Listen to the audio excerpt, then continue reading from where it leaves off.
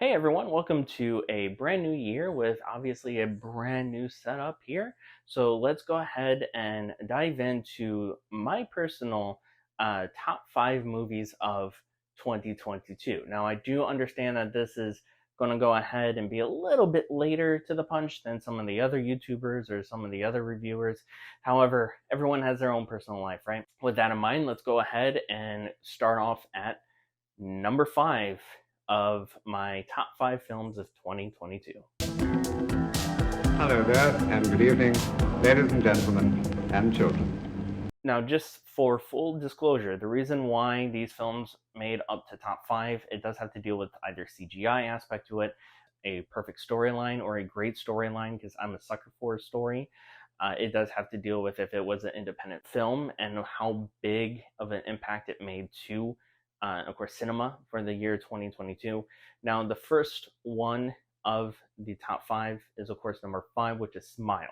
Now, Smile is more of not so much of an independent film, but it is a bringer of a new director to the horror franchise. I did review on all of these, so go ahead and jump back to that review directly. I'll ping it right above. But of course, Smile is about kind of similar to It Follows. Again, not going to go into too much detail because I did do a review on it before, but it did bring a new sense of a story to the horror genre. It also brought a sense of refreshment to not the whole trope over and over and over again. Not only that, but it didn't heavily rely on jump scares that a lot of the horror films are relying on today. Like, as much as I love The Conjuring, a lot of the stuff has to deal with jump scares. This one, not so much of the jump scares as it is just eerie and creepy altogether. Number four is The Northman. Of course, this is Alexander Skarsgård as well as Anna Taylor-Joy. This, from my understanding, is, well, my personal belief really, is a beautiful, beautiful film, whether if it has to detail in cinematography, but also story as well. It does bring a Viking story to the big screen, something that we haven't seen in a very long time. Cinematography is gorgeous, whether if it's the coloration or the landscapes of everything. Alexander Skarsgård does a top tier performance of his career within that year. Not saying that he didn't do or won't be doing anything this year, but it's definitely top tier of his acting skills for that film. It does have Nicole Kidman as well. She does a wonderful job in the film. And of course, Anna Taylor-Joy does a wonderful job in the film too. Overall, the actors and actresses, top notch, in my opinion, as well as the storyline follows a very sympathetic storyline in some circumstances. Not all circumstances where, you're just watching it and like, oh, I can't believe they did that or he did that. But all in all, it's a good steady pace film and doesn't leave you to the point of, this is dragging. It sets you up for something bigger along the way. Number three, in my opinion, is Top Gun Maverick. Now, this film is something I've been looking forward to for the past 2 years prior to when it was released, only because I did hear about it and how it was going to showcase in the theater. And honestly, I was overall thrilled about it. The story seemed wonderful. The actors seem amazing in it as well. And watching the film, it was one of the films in a very long time where it was nonstop feels. And what I mean by that is every action sequence, every emotional moment, it made you feel within that character's shoes. Now, not saying that there was any bad elements to it, because I mean, really, it is a trope that would possibly get old later on, because it is kind of a story that follows the first one. But overall, the acting was amazing. The action sequences was amazing. They used more practical effects than they used CGI, which is why I loved it. Tom Cruise brings a top-notch performance, and everybody else does as well. And that emotional drive I haven't felt within the film in a very long time. There are so many emotional aspects to it that I will continue to watch it over and over and over again.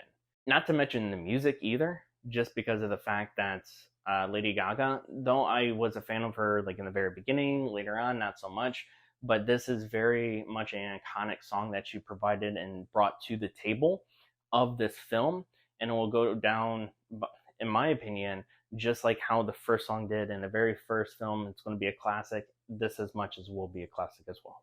Number two, of course, has to deal more heavily on CGI than it does anything else. Not taken away from the acting or the storyline to it, but of course, that is Avatar: The Way of Water. This was a beautiful flick, all in all.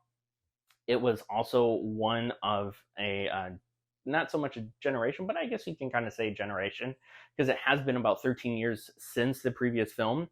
So it's very much like Star Wars, where each movie or each series was part of a generation. This being 13 years could be a generation for some, but it overall was a beautiful flick. It did, yes, a lot of heavily done on CGI, but you couldn't tell which elements were actually real and which ones were CGI, and James Cameron does an amazing job at that. From my understanding, James Cameron, within the water sequences, was actually shot in water.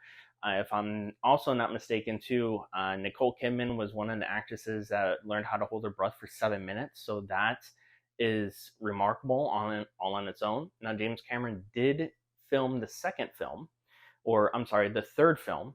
However, by submitting it to Fox as well as Disney, he didn't do any of the CGI, but he did follow through and say, look, this is a 9-hour cut prior to CGI. So there's a 9-hour cut of the third film. With it being scripted, it does take place with the Fire Na'vi. So I'm looking forward to, of course, the progression and the story of these series, though it's very much reminiscing of Avatar: The Last Airbender, in my opinion, but that's just my opinion. Overall, this film was beautifully done. Definitely something to go see in IMAX. 3D, it's up to you, but IMAX, most definitely. And last but not least is, of course, a film that I've seen most recently, and that is, of course, The Whale. Now, this is one of the bigger films to come out of Brendan Fraser of quite some time. Just only because of the fact that I do know that he made a movie in 2017, 2018, somewhere along those lines. He has been part of Doom Patrol, which is a DC TV series as well. He did do acting for Batgirl, which was supposed to be an HBO Max exclusive until they scrapped it. But overall, his performance in this film was top notch. It showed me a side of Brendan Fraser I never knew, a more of a sympathetic character as well. And there's so much emotion that he brought to this character that he played that honestly it brings a lot of the feels to what a lot of actors have hard time doing as well. So I mean, I give it up to Brendan Fraser. I give it up to the cast of this as well. It was, I feel, more of an independent film, though it did have budgeting, it seems like, of a major motion picture. At the same time, that whole independent aspect and that feel of it just made it so much more personal as well. When you watch the film, you can get into it a lot easier. The cinematography, as far as coloration and the ambience of it, that was wonderful too, because again, it captures you more into the picture that way. But other than that, though, again, The Whale, Brendan Fraser absolutely, in my opinion, deserves an Oscar. Will he get one? I don't know. There were some solid hits in 2022, so we'll see. But of course, that is my opinion on that. That is my top 5 movies of 2022. That is also my favorites of 2022. If you sense a pattern, it's because every single one of those movies I did do a review on earlier within the channel, so be sure to go check those out, only because of the fact that I didn't want to provide like a full review of a movie that I may have seen and not provided a review for you guys here on YouTube. What did you guys think? Do you agree with me at all? I mean, you don't have to if you don't want to, but leave a comment below. And welcome to 2023. I look forward to bringing you even more content as far as providing you more movie reviews.